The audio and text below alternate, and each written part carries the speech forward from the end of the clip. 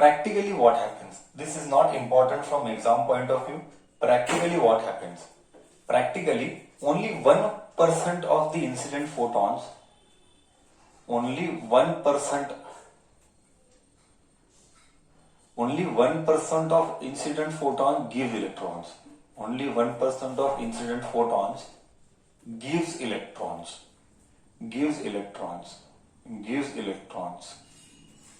मतलब क्या, बोलते टाइम हमने क्या बोला था, हमने जब कॉन्सेप्ट को एक्सप्लेन किया था हमने क्या बोला था, ये कभी जिंदगी में एग्जाम में नहीं आएगा. It is just to give you practical feel कि रियल में क्या होता है. ओके, रियल में जब हमने एक्सप्लेन किया था दैट वाज नॉट रियल में. Okay, what we had explained while explaining the concept, we explained that, हमने ये कहा था that when photons are coming, electrons are coming out. When photons are coming, electrons are coming out. But practically में ऐसा नहीं हो रहा है. Practically में क्या होता है, जितने भी photons आए 1% of it comes out as electrons. 99% नहीं आते हैं. So only 1% of the incident photon give electrons. ये रियल में ऐसा होता है. Anyways, हमको क्या इससे लेना देना नहीं है. सब्जेक्ट पॉइंट ऑफ व्यू से मैं बात नहीं कर रहा हूं. ये just practical point of view से मैं बात कर रहा हूं. और एक पॉइंट यहाँ पे, see one more, what is the, if you remember kinetic theory of gases, energy is given by average kinetic energy 3/2 kBT. This is one formula we have done, right. Kinetic energy नहीं लिखा था, maybe you लिखा था, you, when we did KTG में हमने ये किया था. काइनेटिक एनर्जी और energy is given by 3/2 kBT.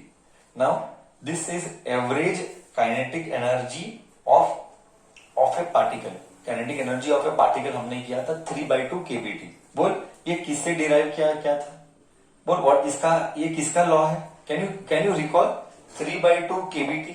Can you recall ये किसका लॉ है. Come on, think, what was that law name. If you recall in KTG it was. If you recall in KTG what it was, ये किसका law है, 3/2 kBT. Wrong, Boltzmann law नहीं था ये Boltzmann नहीं था, ये था law of equipartition of energy. ये था law of equipartition of energy से लिया गया था 3/2 kBT. Okay, so now if you do lambda is equal to h divided by square root of 2m ke, correct. So 2 square root of 2m, kinetic energy को लिखूंगा 3/2, kinetic energy को लिखूंगा 3/2 kBT. 2 cut, what you are left with h divided by 3 kBT temperature. kb is what, Boltzmann constant. तो wavelength का हमको एक और formula मिल गया, मास भूल गया बाय मिस्टेक. सो ये कब यूज करना है, अब तू पूछेगा ये कब यूज करना है. I tell you, whenever we have relationship between lambda and temperature, whenever question is asked on lambda and temperature, that time you have to use this formula 3 kBT m temperature.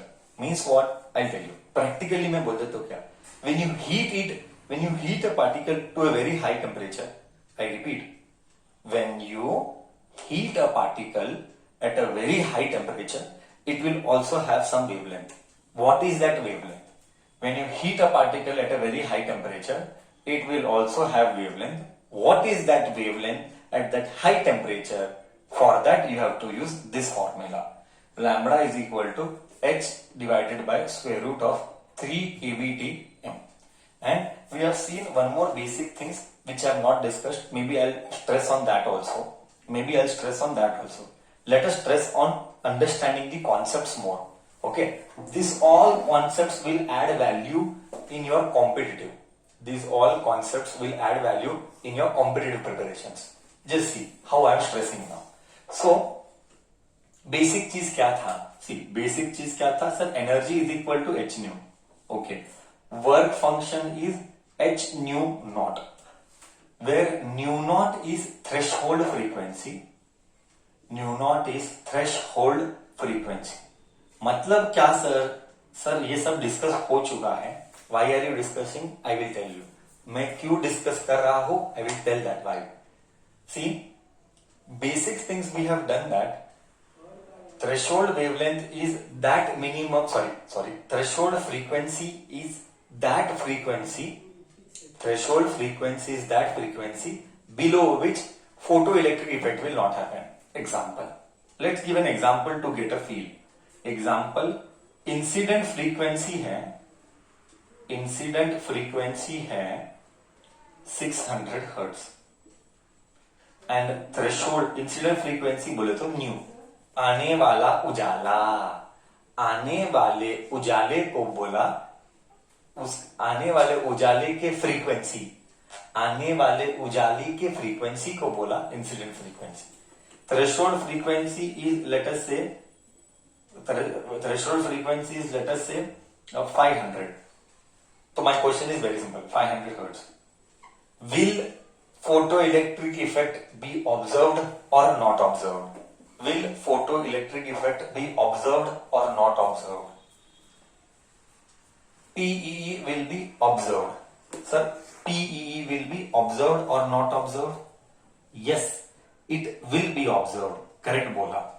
Yes, it will be observed क्योंकि photoelectric effect होगा, क्योंकि आने वाला frequency threshold से बड़ा है, आने वाला फ्रीक्वेंसी थ्रेशोल्ड से बड़ा है। ओके, बट देखा, this is why I am telling H C by lambda naught. अगर तू ये लेता है लैम्बडा नॉट तो ये है थ्रेशहोल्ड वेवलेंथ, थ्रेशहोल्ड वेवलेंथ। ये उल्टा है। वाई उल्टा क्यों है? क्योंकि रिलेशनशिप इनवर्स है। That is why I am teaching this. Please focus properly. That is why I am teaching this. See, threshold wavelength inverse है, correct है? Threshold wavelength relationship inverse है। ओके, मतलब क्या सर? देख फील आता हो, मतलब क्या? I'll give an example. Frequency I just explained. I'll give you example of threshold wavelength lambda naught. Okay, just see now. Example, एक का लैम्बडा है lambda 1, lambda 2, lambda naught. Just see now, this is why it is important. Let us say wavelength is given in nanometer और angstrom. Nanometer मतलब 10⁻⁹, angstrom मतलब 10⁻⁻10। Now lambda 1, let us say lambda 1 is 6, let us take it as 400 nanometre. Let us take this as 500 nanometre. दो अलग अलग उजाले हैं, एक 400 वाला, एक 500 वाला, एंड थ्रेशोल्ड है 450 नैनोमीटर, 450 नैनोमीटर। अब तू ही बोल मेरे को which will cause photo electric effect, which lambda will cause photo electric effect? Tell me now. Please remember, relationship is inverse. I gave you a hint. Relationship is inverse. Relationship is inverse. Please, I gave you a hint. Relationship is inverse. Oh ho.